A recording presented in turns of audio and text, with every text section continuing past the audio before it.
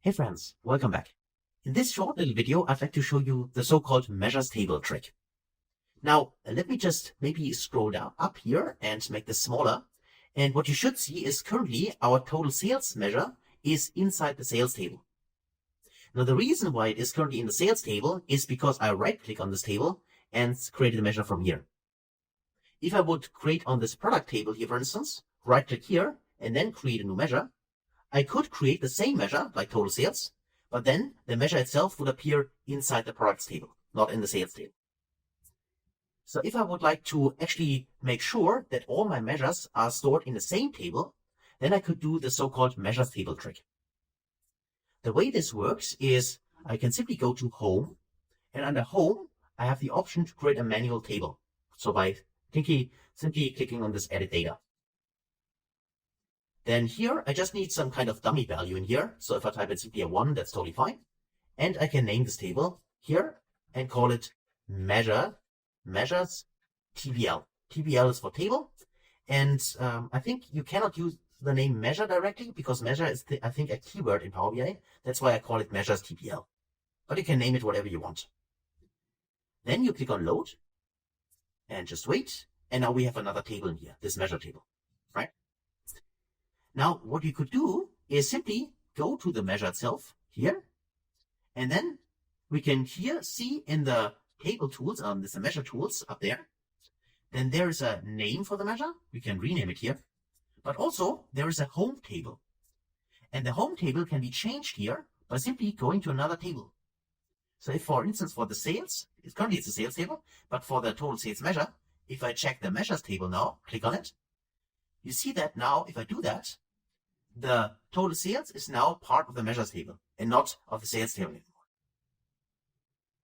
And now the magic trick comes. We need to go to the column number 1, our dummy column, which we only needed in order to create this table. And then we click on the 3 dots here. And then we go in here and say we simply delete from model. And as soon as we do this, of course, we have here the pop-up window just to make sure. Yes, we like to do that. And please watch what happens then for the measures table and the total sales.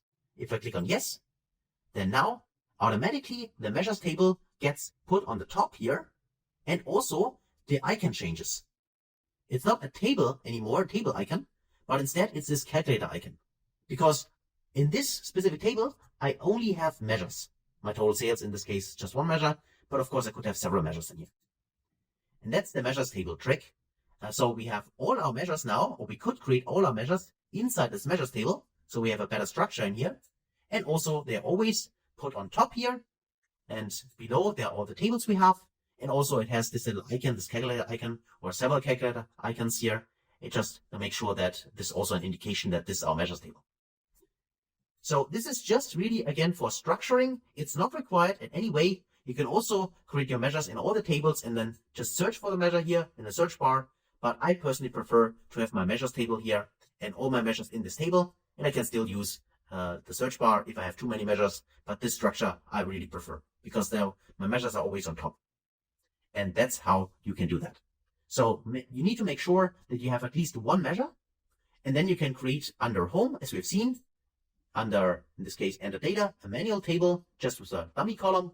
Then you simply put the measure inside this table, and then you just remove the dummy column, and then it automatically creates this measures table, puts it on top with the little icon here. Okay? So that's it for this video. Hopefully that was helpful, and hopefully you can use this in your own model.